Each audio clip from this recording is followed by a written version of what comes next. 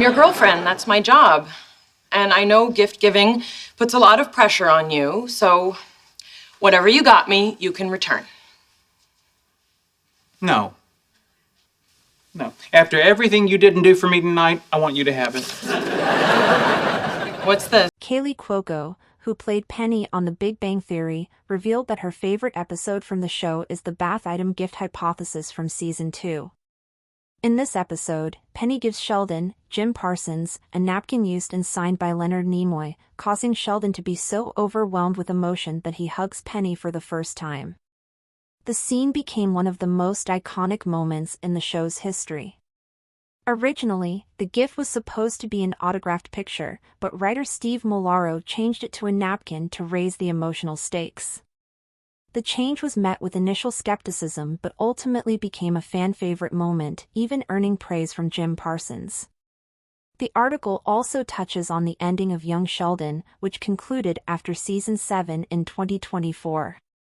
The decision to end the prequel series was influenced by the original Big Bang Theory storyline, which established that Sheldon left for Caltech at age 14. Additionally, the aging of the child actors, particularly Ian Armitage, contributed to the decision. Rather than prolonging the show and risking inconsistencies, the creators chose to wrap it up while it was still successful. Kaley Cuoco's favorite The Big Bang Theory episode features a crowd-pleasing moment. The Big Bang Theory ran for a really long time, 12 years in seasons with 279 episodes in all, to be really precise, so it seems a little hard to believe that the cast members have favorite episodes. Still, during an interview with Entertainment Weekly in 2012, several of the main cast members, Johnny Galecki, Mayim Bialik, Melissa Rauch, Simon Helberg, Kunal Nair, and Kaley Cuoco, who played Leonard Hofstadter, Amy Farrah Fowler, Bernadette Rostenkowski-Wolowitz, Howard Wolowitz, Raj Kothrapali, and Penny, mentioned episodes they particularly loved, and Cuoco's pick was really sweet. My favorite episode will always be the Christmas episode when Penny gives Sheldon a napkin signed by Leonard Nimoy, Cuoco told the outlet, referencing Jim Parsons' main character Sheldon Cooper. Sheldon is so overwhelmed with emotion he proceeds to hug Penny for the first time ever. I think Jim and I had our own set of secret tears flowing. This particular moment happens in the Season 2 episode The Bath Item Gift Hypothesis, where the stubborn and often inconsiderate Sheldon tries to find a Christmas present for Penny and ends up buying several baskets of bath-related items, determining that he'll give Penny whichever one is the closest financial equivalent to the gift he receives. Penny has a surprise up her sleeve, though. Penny hands Sheldon a napkin from her job at the Cheesecake Factory, and when Sheldon is confused, she reveals that Spock himself, Leonard Nimoy, used it while eating at the establishment. Yeah, he came into the restaurant, Penny tells Sheldon. Sorry, the napkin's dirty, he wiped his mouth with it. Sheldon, overwhelmed, freaks out and hugs Penny, but interestingly, the initial idea for this scene was different, and honestly not quite as funny. Penny's gift was originally a little different, but writer and producer Steve Molaro had a better idea according to Jessica Radloff's 2022 book The Big Bang Theory, the definitive, inside story of the epic hit series, executive producer, writer, and eventual Big Bang Theory showrunner Steve Molaro said that while this moment is a great one in the show's history, it was originally different, and maybe not quite as special. It's actually not the best episode, which people tend to forget, but it is one of the best moments and scenes of all time, Molaro said bluntly before revealing the initial concept. The plan was Penny would give Sheldon an autographed picture of Leonard Nimoy. I changed it to a napkin because I knew we could up the stakes. Molaro's explanation for this was pretty sound, which is that an autographed picture is simply easier to procure and less interesting.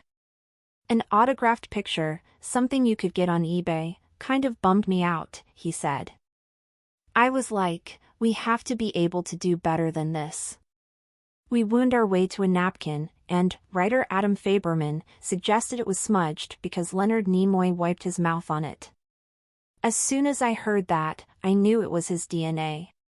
Unfortunately, as Molaro told Radloff, showrunner Chuck Lorre didn't like when things changed without his knowledge, which was the case here, so Molaro was nervous, and true to form, Lorre, according to Molaro, started getting frustrated, saying, "I thought it was supposed to be an autographed picture."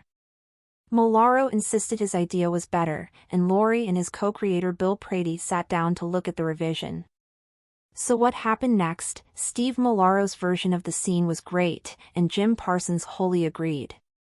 So Chuck and Bill read the scene, and Bill starts laughing when he was reading the part about "you gave me the DNA of Leonard Nimoy," Molaro recalled, singling out one of Sheldon's reactions to the gift before noting that fellow writer Eric Kaplan lent him a crucial assist.